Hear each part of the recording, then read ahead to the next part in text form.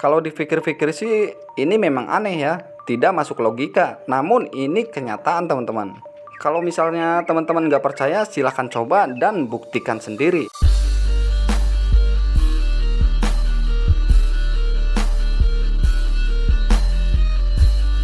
Halo sahabat Kicomania, jumpa lagi dengan saya di channel yang berbagi pengalaman seputar burung.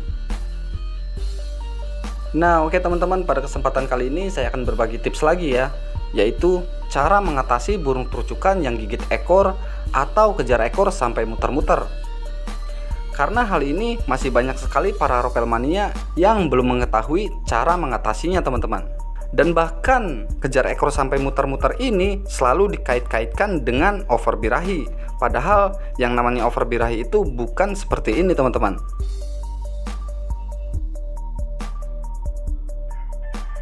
Nah seperti burung terucukan yang saya pelihara ini. Burung terucukan yang saya pelihara ini kurang lebih usianya masih 6 bulan teman-teman. Jadi masih sangat muda ya. Dan di usia 6 bulan ini burung terucukan belum mapan atau belum dewasa teman-teman. Nah yang jadi persoalannya, apakah usia 6 bulan ini sudah bisa diternak? Pasti jawabannya belum kan? Maka dari itu, untuk burung terucukan yang kejar ekor sampai muter-muter ini bukan berarti over birahi teman-teman. Lagian mana ada kan usia 6 bulan over birahi. Kalau misalnya usia 6 bulan dikait-kaitkan dengan over birahi karena kejar ekor sampai muter-muter, berarti usia 6 bulan sudah bisa diternak dong. Tapi kenyataannya usia 6 bulan itu belum bisa diternak teman-teman. Maka dari itu, untuk burung terucukan yang kejar ekor sampai muter-muter ini bukan berarti over birahi. Jadi sangat jelas ya bahwa burung terucukan yang kejar ekor sampai muter-muter ini bukan karena over birahi teman-teman.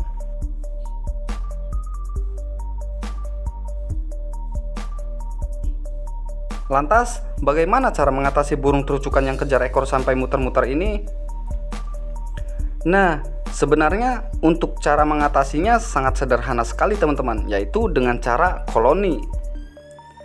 Tapi dalam koloni ini tetap dalam posisi beda sangkar ya. Jadi kita hanya menempelkan sangkarnya saja teman-teman. Baik itu terucukan jantan ataupun betina, itu tidak menjadi persoalan ya.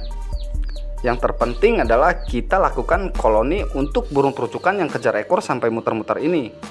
Karena yang namanya burung terucukan ini semi fighter dan semi koloni teman-teman.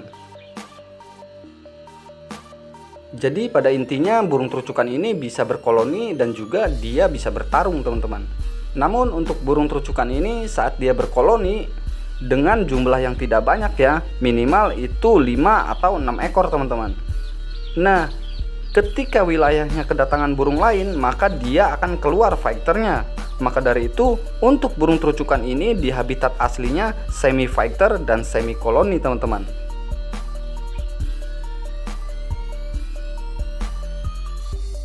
Lalu untuk aturan koloninya kita lakukan pada saat pemandian dan penjemuran ya, dengan posisi di bawah teman-teman.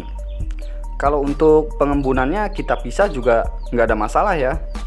Yang penting pada saat pemandian dan penjemuran kita lakukan koloni, tapi tetap dengan posisi di bawah ya.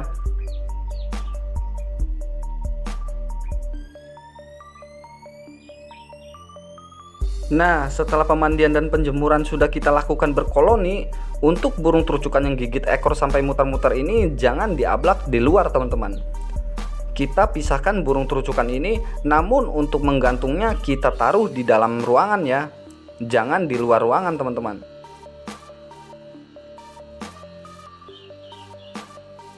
Nah, mungkin teman-teman masih pada bingung nih, apa bedanya menggantung di luar dan menggantung di dalam?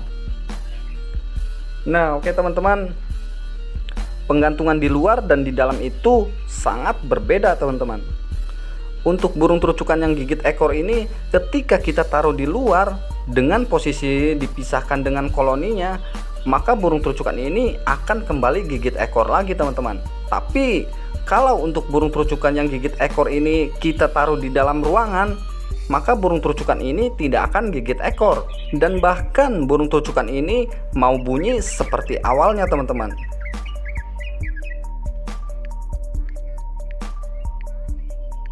Kalau dipikir-pikir sih ini memang aneh ya, tidak masuk logika, namun ini kenyataan teman-teman. Kalau misalnya teman-teman nggak percaya, silahkan coba dan buktikan sendiri.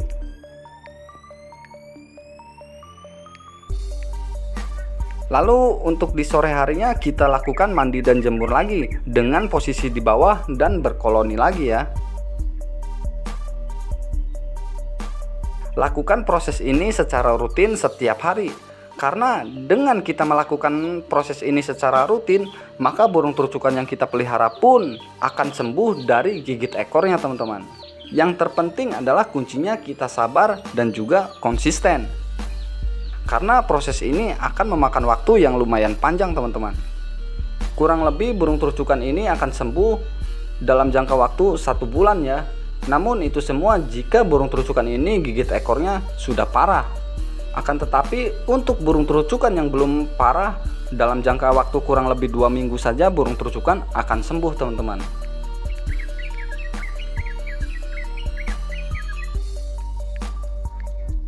Dan mungkin hanya itu yang bisa saya sampaikan. Cukup sekian dulu video dari saya, semoga bermanfaat. Salam sahabat kicau mania.